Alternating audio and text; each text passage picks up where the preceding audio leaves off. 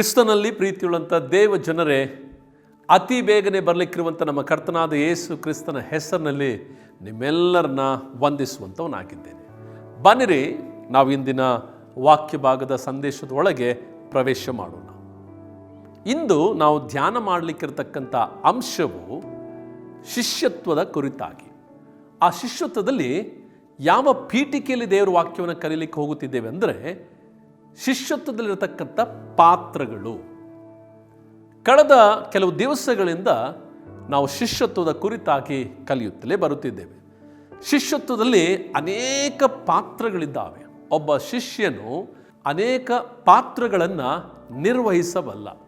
ಹಾಗಾಗಿ ಇಂದು ಒಬ್ಬ ಶಿಷ್ಯನು ನಿರ್ವಹಿಸ್ತಕ್ಕಂಥ ಒಂದು ಪಾತ್ರದ ಕುರಿತು ಕಲಿತುಕೊಳ್ಳುವೆ.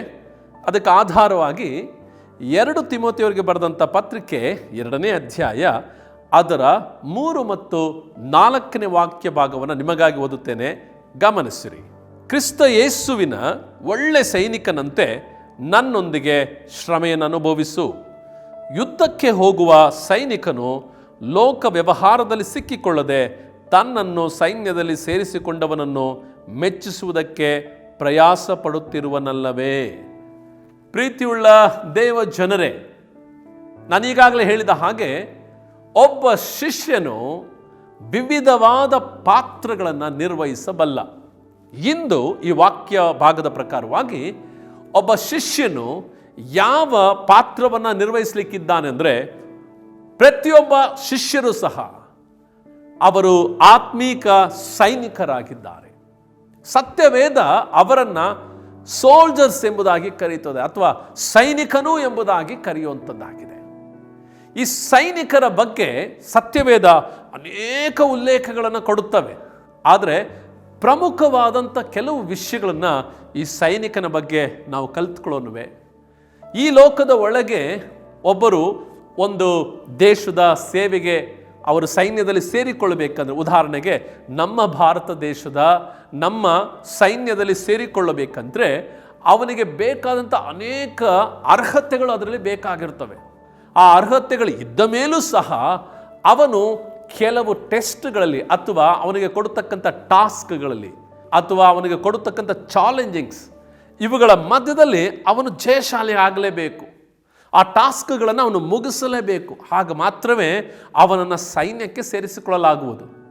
ಆದರೆ ಕರ್ತನಾದ ಯೇಸು ಕ್ರಿಸ್ತನ ಈ ಸೈನ್ಯದಲ್ಲಿ ಸೇರಿಸಿಕೊಳ್ಳುವುದಕ್ಕೆ ಎಂತಹ ಅರ್ಹತೆಗಳು ಬೇಕೆಂಬುದನ್ನು ಒಂದು ಬಾರಿ ಯೋಚನೆ ಮಾಡಿ ನೋಡ್ರಿ. ಎಂತಹ ಅರ್ಹತೆಗಳು ಬೇಕು? ಸತ್ಯವೇದದಲ್ಲಿ ವಿವಿಧವಾದ ಅರ್ಹತೆಗಳ ಬಗ್ಗೆ ಮಾತನಾಡ್ತಾ ಇದ್ದರೂ ಒಂದು ಅರ್ಹತೆಯನ್ನು ಸತ್ಯವೇದ ಒಪ್ಪಿಕೊಳ್ಳುತ್ತದೆ. ಕ್ರಿಸ್ತನ ನಿಜ ಸೈನಿಕರಾಗಿ ನಾವು ಮಾರ್ಪಡುವುದಕ್ಕೆ ಬೇರೆ ಯಾವ ಅರ್ಹತೆಯೂ ಅಲ್ಲ, ಕ್ರಿಸ್ತನ ಮಹಾದೊಡ್ಡ ಕೃಪೆಯಿಂದ ನಾವು ಸೈನಿಕರಾಗಿ ಮಾರ್ಪಟ್ಟಿದ್ದೇವೆ. ಯಾಕೆಂದರೆ ಸತ್ಯವೇದ ಈ ರೀತಿಯಾಗಿ ಹೇಳ್ತದೆ, ಬಲವಂತರನ್ನು ನಾಚಿಕೆ ಪಡಿಸಲಿಕ್ಕೋಸ್ಕರವಾಗಿ ಬಲಹೀನರನ್ನು ಆರಿಸಿಕೊಂಡಿದ್ದಾನೆ. ಜ್ಞಾನಿಗಳನ್ನು ನಾಚಿಕೆ ಪಡಿಸುವುದಕ್ಕೋಸ್ಕರವಾಗಿ ಜ್ಞಾನಹೀನರನ್ನು ಆರಿಸಿಕೊಂಡಿದ್ದಾನೆ ಎಂಬುದಾಗಿ ಸತ್ಯವೇದದಲ್ಲಿ ನೋಡುತ್ತೇವೆ. ಈ ಸೈನಿಕರಾಗಲಿಕ್ಕೆ, ಆತ್ಮಿಕವಾಗಿ ಕ್ರಿಸ್ತನ ಸೈನಿಕರಾಗಲಿಕ್ಕೆ ನಮಗೆ ಯಾವ ಅರ್ಹತೆಗಳಿರಲಿಲ್ಲ. ಆದರೆ ಈ ಸೈನ್ಯದಲ್ಲಿ ಕರ್ತನು ತಾನೇ ನಮಗೆ ಅರ್ಹತೆಯನ್ನು ಉಂಟು ಮಾಡುವ ಸಲುವಾಗಿ ಆತನ ಕೃಪೆಯನ್ನು ನೀಡಿ ಸೈನ್ಯದಲ್ಲಿ ಸೇರಿಸಿಕೊಂಡಿದ್ದಾನೆ. ಮಹಾದೊಡ್ಡ ಕೃಪೆ. ನೀವು ಮತ್ತು ನಾನು ಈ ಸೈನಾಧೀಶ್ವರನಾದ ಯೆಹೋವನ ಸೈನ್ಯದಲ್ಲಿ ಅಥವಾ ಕರ್ತನಾದ ಯೇಸು ಕ್ರಿಸ್ತನ ಸೈನ್ಯದಲ್ಲಿ ಒಬ್ಬ ಸೈನಿಕರಾಗಿರುವಂಥದ್ದು. ಈ ಸೈನಿಕರಿಗೆ ಬೇಕಾದಂಥ ಕೆಲವು ಗುಣಲಕ್ಷಣಗಳು ಕೂಡ ಇದ್ದಾವೆ. ಅವರಿಗೆ ಬೇಕಾದಂಥ ಗುಣಲಕ್ಷಣಗಳು ಯಾವುವು ಎಂಬುದನ್ನು ನೋಡೋದಾದರೆ, ಪೌಲನು ತಿಮೋಥೆಯನಿಗೆ ಹೀಗೆ ಹೇಳುವಾಗ, ನೀನು ಒಳ್ಳೆಯ ಸೈನಿಕನಂತೆ ನನ್ನೊಂದಿಗೆ ಶ್ರಮೆಯನ್ನು ಅನುಭವಿಸು ಎಂಬುದಾಗಿ ಹೇಳುತ್ತಿದ್ದಾನೆ. ಹಾಗಾದರೆ ಪ್ರತಿಯೊಬ್ಬ ಸೈನಿಕನು ಸಹ ಶ್ರಮೆಯನ್ನು ಅನುಭವಿಸುವಂಥವನಾಗಿದ್ದಾನೆ. ಹೇಗೆ ಶ್ರಮೆಯನ್ನು ಅನುಭವಿಸ್ತಾರೆ? ಸಾಧಾರಣವಾಗಿ ಸೈನಿಕರನ್ನು ಗಮನಿಸಿ ನೋಡ್ರಿ. ಅವರು ಸೈನ್ಯದಲ್ಲಿ ಸೇರಿಕೊಳ್ಳುವಾಗ ಸೈನ್ಯದಲ್ಲಿ ಅವರ ಆ ಪೋಸ್ಟಿಂಗ್ ಬರುವವರೆಗೂ ಅವರಿಗೆ ಕೊಡತಕ್ಕಂಥ ಅನೇಕ ಟಾಸ್ಕ್ಗಳಿದಲ್ಲ, ಭಾಳಷ್ಟು ಶ್ರಮೆಯುಳ್ಳದ್ದೇ. ಅದ್ಯಾವುದು ಈಸಿಯಾಗಿ ಮುಗಿಯುವಂಥದ್ದಲ್ಲ ಅಥವಾ ಸರಳವಾದಂಥದ್ದಲ್ಲ. ಆದರೆ ಆ ಎಲ್ಲ ಶ್ರಮೆಯನ್ನು ಆ ಎಲ್ಲ ಕಷ್ಟಗಳನ್ನು ಈ ಸೈನಿಕರುಗಳು ತಾಳಿಕೊಳ್ಳುತ್ತಾರೆ. ಕಾರಣವೇನೆಂದರೆ ತನ್ನ ದೇಶವನ್ನು ಸೇವಿಸಲಿಕ್ಕೆ, ತನ್ನ ಆ ಸೈನ್ಯದಲ್ಲಿ ಸೇರಿಕೊಂಡು ದೇಶದ ಸೇವೆಯನ್ನು ಮಾಡಲಿಕ್ಕೆ ಅನೇಕ ಸೈನಿಕರು ಎಲ್ಲ ನೋವುಗಳನ್ನು, ಆ ಕಷ್ಟಗಳನ್ನು, ಆ ಬಾಧೆಗಳನ್ನು ಸಹಿಸಿಕೊಳ್ಳುತ್ತಾರೆ. ಹಾಗೆ ಕ್ರಿಸ್ತನ ಸೈನಿಕರಾಗಿರ್ತಕ್ಕಂಥ ನಾವುಗಳು ಸಹ ಕ್ರಿಸ್ತ ಯೇಸುವಿನೊಂದಿಗೆ ಆತನನ್ನು ಹಿಂಬಾಲಿಸುವ ಈ ಪ್ರಯಾಣದಲ್ಲಿ ಅನೇಕ ಸೋಲುಗಳು ಅಥವಾ ಅನೇಕ ಕಷ್ಟಗಳು, ಅನೇಕ ಸಮಸ್ಯೆಗಳು, ಅನೇಕ ವಿರೋಧತ್ವಗಳು, ಅನೇಕ ವಿಧವಾದಂಥ ತೊಂದರೆಗಳು ಇವೆಲ್ಲವೂ ಬರುತ್ತಲೇ ಇರ್ತವೆ. ಇವೆಲ್ಲವೂ ನಮ್ಮನ್ನು ತಾಕುತ್ತಲೇ ಇರುತ್ತವೆ. ಹೇಗಾದರೂ ಮಾಡಿ ನಾವು ಹಿಂಜರಿದು ಹೋಗುವ ಹಾಗೆ ಅನೇಕ ಪ್ರಯಾಸಗಳು ನಮ್ಮ ಮೇಲೆ ಬೀಳುತ್ತಲೇ ಇರ್ತವೆ. ಈ ಶ್ರಮೆ ನಮ್ಮ ಮೇಲೆ ಬರುತ್ತಿರುವಾಗ ಒಂದೊಂದು ಶ್ರಮೆಯನ್ನು ಅನುಭವಿಸುವಂಥ ಪ್ರತಿಯೊಬ್ಬ ದೇವ ಮಕ್ಕಳು, ಪ್ರತಿಯೊಬ್ಬ ಶಿಷ್ಯನು ಅವನು ನಿಜ ಸೈನಿಕನಾಗಿ ರೂಪಾಂತರಗೊಳ್ಳುತ್ತಲೇ ಇರುತ್ತಾನೆ. ಯಾಕಂದರೆ ಅವನಲ್ಲಿ ಇರುವಂಥ ಒಂದು ಅಂಶ ಶ್ರಮೆಯನ್ನು ತಾಳಿಕೊಳ್ಳುವಂಥದ್ದು. ಕರ್ತನಾದ ಯೇಸು ಕ್ರಿಸ್ತನೇ ನಮ್ಮ ಮಾದರಿ. ಯಾಕಂದರೆ ಆತನು ತಾನೇ ತನ್ನ ಮುಂದೆ ಇಟ್ಟಿರ್ತಕ್ಕಂಥ ಆ ಸಿಂಹಾಸನ, ತನ್ನ ಮುಂದೆ ಇಟ್ಟಿರ್ತಕ್ಕಂಥ ಆ ಸಂತೋಷಕ್ಕಾಗಿ ಆತನು ಹಿಂಸೆಯನ್ನು, ಕಷ್ಟವನ್ನು, ಆ ವೇದನೆಯನ್ನು, ಶಿಲುಬೆಯ ಮರಣವನ್ನು ಸಹಿಸಿಕೊಂಡನಲ್ಲ.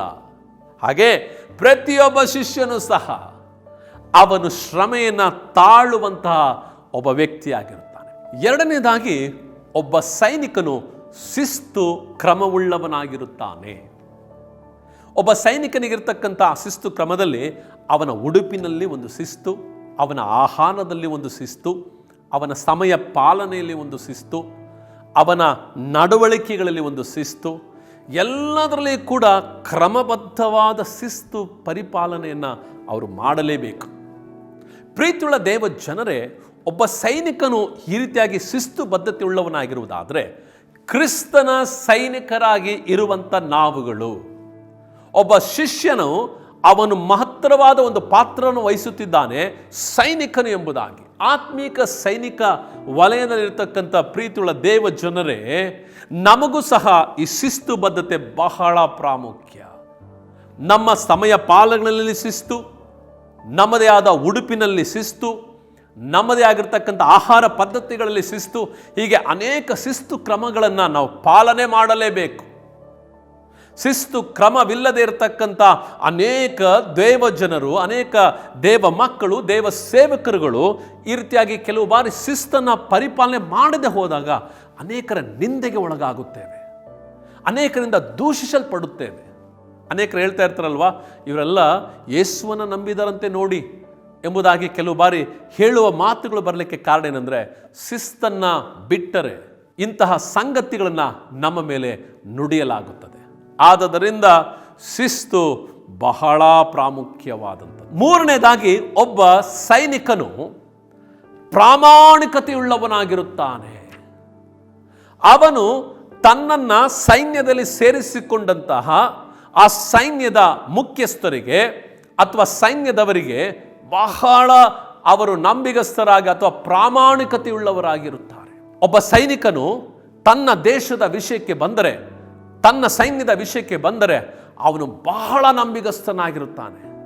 ಬೇಕಾದರೆ ಅದಕ್ಕೋಸ್ಕರ ತನ್ನ ಜೀವವನ್ನೇ ಕೂಡ ಕೊಡಲಿಕ್ಕೆ ಸಿದ್ಧನಾಗಿರುತ್ತಾನೆ ಒಬ್ಬ ಸೈನಿಕನು. ತನ್ನ ದೇಶಕ್ಕಾಗಿ, ತನ್ನ ನಾಡಿಗಾಗಿ, ತನ್ನ ನೆಲಕ್ಕಾಗಿ ತನ್ನ ಜೀವವನ್ನು ಬೇಕಾದರೂ ಕೊಟ್ಟು ಬಿಡುತ್ತಾನೆ. ಯಾವತ್ತಿಗೂ ತನ್ನ ಪ್ರಾಮಾಣಿಕತೆಯನ್ನು ಅವನು ಬಿಡುವುದೇ ಇಲ್ಲ. ಅದು ಸೈನಿಕನ ಗುಣಲಕ್ಷಣ. ಪ್ರೀತಿಯುಳ್ಳ ದೇವ ಜನರೇ, ಕ್ರಿಸ್ತ ಯೇಸುವಿನ ಒಳ್ಳೆ ಸೈನಿಕರಾಗಿರ್ತಕ್ಕಂಥ ನಾನು ಮತ್ತು ನೀವುಗಳು ಇಂಥದೇ ಪ್ರಾಮಾಣಿಕತೆಯನ್ನು ಕರ್ತನು ಎದುರು ನೋಡುವಂಥವನಾಗಿದ್ದಾನೆ. ಶಿಷ್ಯತ್ವದಲ್ಲಿ ಇರತಕ್ಕಂಥ ಬಹು ಪ್ರಾಮುಖ್ಯವಾದ ಪಾತ್ರದಲ್ಲಿ ಇದು ಕೂಡ ಒಂದು. ಒಬ್ಬ ಸೈನಿಕನಾಗಿರುವಂಥದ್ದು. ಸೈನಿಕನಾಗಿರುವವನು ಹೇಗೆ ಅವನ ಜೀವಿತದಲ್ಲಿ ಪ್ರಾಮಾಣಿಕತೆ ಇದೆಯೋ, ನಮ್ಮೆಲ್ಲರಲ್ಲಿಯೂ ಕೂಡ ಕರ್ತನು ಪ್ರಾಮಾಣಿಕತೆಯನ್ನು ಎದುರು ನೋಡುವಂಥವನಾಗಿದ್ದಾನೆ. ಒಂದು ವೇಳೆ ಕ್ರಿಸ್ತನ ನಿಮಿತ್ತವಾಗಿ ಅನೇಕ ಹೋರಾಟಗಳು, ಹಿಂಸೆಗಳು, ವಿರೋಧತ್ವಗಳು ನಮಗೆ ಬರುವಾಗ ಆ ಸಮಯದಲ್ಲಿ ನಾವು ಸೋತು ಹೋಗದೆ, ಅಪ್ರಾಮಾಣಿಕರಾಗಿ ನಡೆದು ಬಿಡದೆ, ದೇವರಿಗೆ ವಿರುದ್ಧವಾಗಿ ನುಡಿದು ಬಿಡದೆ, ನಿರಂತರವಾಗಿ ಪ್ರಾಮಾಣಿಕರಾಗಿ ನಡಿಲಿಕ್ಕೆ ಒಪ್ಪಿಸಿಕೊಡುವಂಥವರನ್ನ ಕರ್ತನು ಸೈನಿಕನೇ ಎಂಬುದಾಗಿ ಕರೆಯುತ್ತಿದ್ದಾನೆ. ಆತನು ನಮ್ಮನ್ನು ಸೈನಿಕನೇ ಎಂಬುದಾಗಿ ಕರೆಯುವಾಗ ಆ ಪ್ರಾಮಾಣಿಕತೆಯನ್ನು ನಮ್ಮಿಂದ ಎದುರು ನೋಡುತ್ತಿದ್ದಾನೆ. ಒಂದು ವೇಳೆ ಈ ಜೀವವನ್ನೇ ಕಳ್ಕೊಳ್ಳಬೇಕಾದರೂ ಕ್ರಿಸ್ತನ ನಿಮಿತ್ತವಾಗಿ, ಒಂದು ವೇಳೆ ಅವಮಾನಗಳು ಹೊಂದಬೇಕಾದರೂ ನಿರಂತರವಾಗಿ ಕರ್ತನನ್ನು ನೋಡಿ ಹೇಳೋಣ, ನಾನು ಪ್ರಾಮಾಣಿಕನಾಗಿಯೇ ಇರುವೆನು ಕರ್ತನೆ. ಆಮೇನ್, ಹಲ್ಲೆಲೂಯ. ನಾಲ್ಕನೇದಾಗಿ ಮತ್ತು ಕೊನೆಯದಾಗಿ, ಒಬ್ಬ ಸೈನಿಕನು ಅವನ ಗುಣಲಕ್ಷಣ ಹೇಗಿರ್ತದಂದ್ರೆ, ಅವನು ಸಂಪೂರ್ಣವಾಗಿ ತನ್ನನ್ನು ಆ ಸೇವೆಗಾಗಿ ಸಮರ್ಪಣೆ ಮಾಡಿಕೊಂಡಿರುತ್ತಾನೆ. ತನ್ನ ಮೇಲಿರ್ತಕ್ಕಂಥ ಅಧಿಕಾರಿಗೆ, ಆ ಕಮಾಂಡರ್ಗೆ ಸಂಪೂರ್ಣವಾಗಿ ಸಮರ್ಪಣೆ ಮಾಡಿಕೊಂಡಿರುತ್ತಾನೆ. ಸೈನ್ಯದಲ್ಲಿ ಇರುವಂಥ ಸೈನಿಕರನ್ನ ಗಮನಿಸಿ ನೋಡ್ರಿ, ಕಮಾಂಡರ್ ಒಂದು ಮಾತನ್ನು ಹೇಳಿದರೆ, ಒಂದು ಆಜ್ಞೆಯನ್ನು ನೀಡಿದರೆ ಕಡ್ಡಾಯವಾಗಿ ಆ ಸೈನಿಕನ ಅದನ್ನು ಮಾಡಿ ಮುಗಿಸುತ್ತಾನೆ. ಅವನೆಂದಿಗೂ ಕೂಡ ನೆಪಗಳನ್ನು ಹೇಳಲಿಕ್ಕೆ ಹೋಗುವುದೇ ಇಲ್ಲ ಮತ್ತು ಅವನಿಗೆ ಅಲ್ಲಿ ಅವಕಾಶವೂ ಇರುವುದಿಲ್ಲ. ಹಾಗಾದರೆ ಕ್ರಿಸ್ತ ಯೇಸುವಿನ ಸೈನ್ಯದಲ್ಲಿ ಸೈನಿಕರಾಗಿರ್ತಕ್ಕಂಥ ನಾನು ಮತ್ತು ನೀವುಗಳು ಆತನ ಸೈನ್ಯದಲ್ಲಿ ಬರುವಾಗ ನಾವು ಮಾತ್ರ ನೆಪಗಳನ್ನು ಹೇಳಬಹುದೋ? ನಾವು ಮಾತ್ರ ನೆಪಗಳನ್ನು ಒಡ್ಡಿ ನಮಗೆ ಕೊಟ್ಟಿರುವಂಥ ಕರ್ತನು ಪ್ರಾಮಾಣಿಕವಾದ ಈ ಸೇವೆಯನ್ನು, ಈ ಶಿಷ್ಯತ್ವದ ಅನುಭವಗಳನ್ನು ಬಿಟ್ಟು ಬಿಡಬಹುದೋ? ಹಾಗೆ ಎಂದಿಗೂ ಬಿಡಬಾರದು. ಅದಕ್ಕೆ ಕಾರಣ ಏನಂದರೆ, ನಾವು ಕರ್ತನಾದ ಯೇಸು ಕ್ರಿಸ್ತನಿಗೆ ನಮ್ಮನ್ನು ಸಂಪೂರ್ಣವಾಗಿ ಸಮರ್ಪಣೆ ಮಾಡಿಕೊಂಡವರಾಗಿದ್ದೇವೆ. ಕ್ರಿಸ್ತ ಯೇಸುವಿನ ನಿಜ ಸೈನಿಕರಾಗಿರಬೇಕು ಅಂತ ಹೇಳಿದ್ರೆ, ಶಿಷ್ಯತ್ವದ ಅನುಭವ, ಶಿಷ್ಯತ್ವದ ಒಂದು ಪಾತ್ರ, ನಿಜ ಸೈನಿಕನಾಗಿರುವಂಥದ್ದು, ಶ್ರಮೆಯನ್ನು ತಾಳುವಂಥ ಸೈನಿಕನಾಗಿರುವಂಥದ್ದು, ಶಿಸ್ತು ಕ್ರಮವುಳ್ಳಂಥ ಸೈನಿಕನಾಗಿರ್ತಕ್ಕಂಥದ್ದು, ಪ್ರಾಮಾಣಿಕತೆಯುಳ್ಳಂಥ ಸೈನಿಕನಾಗಿರ್ತಕ್ಕಂಥದ್ದು ಮತ್ತು ಸಮರ್ಪಣೆಯುಳ್ಳಂಥ ಸೈನಿಕನಾಗಿರುವಂಥದ್ದು. ಇದುವೇ ಶಿಷ್ಯತ್ವದಲ್ಲಿರ್ತಕ್ಕಂಥ ಮಗದೊಂದು ಪಾತ್ರವಾಗಿದೆ. ಪ್ರೀತಿಯುಳ್ಳ ದೇವಚಂದ್ರೇ, ಹಾಗಾದರೆ ಈ ಸೈನ್ಯಕ್ಕೆ ಕರೆದಂತಹ ನಮ್ಮ ಕರ್ತನನ್ನು ಮೆಚ್ಚಿಸುವುದಕ್ಕೋಸ್ಕರವಾಗಿ ನಿತ್ಯವೂ ಪ್ರಯಾಸ ಪಡೋನುವೆ. ಈ ಲೋಕದ ವ್ಯವಹಾರಗಳಲ್ಲಿ, ಲೋಕದ ವಿಷಯಗಳಲ್ಲಿ ಸಿಕ್ಕಿ ಹಾಕಿಕೊಳ್ಳದೆ ತನ್ನನ್ನು ಸೈನ್ಯದಲ್ಲಿ ಸೇರಿಸಿಕೊಂಡು ಆತನನ್ನು ಮೆಚ್ಚಿಸುವುದಕ್ಕೋಸ್ಕರವಾಗಿ ನಿರಂತರವಾಗಿ ಪ್ರಯಾಸ ಪಡುತ್ತಿರುತ್ತಾನೆ ಒಬ್ಬ ಸೈನಿಕನು. ಆ ಸಮರ್ಪಣೆ ಅವನಲ್ಲಿ ಇರುತ್ತದೆ.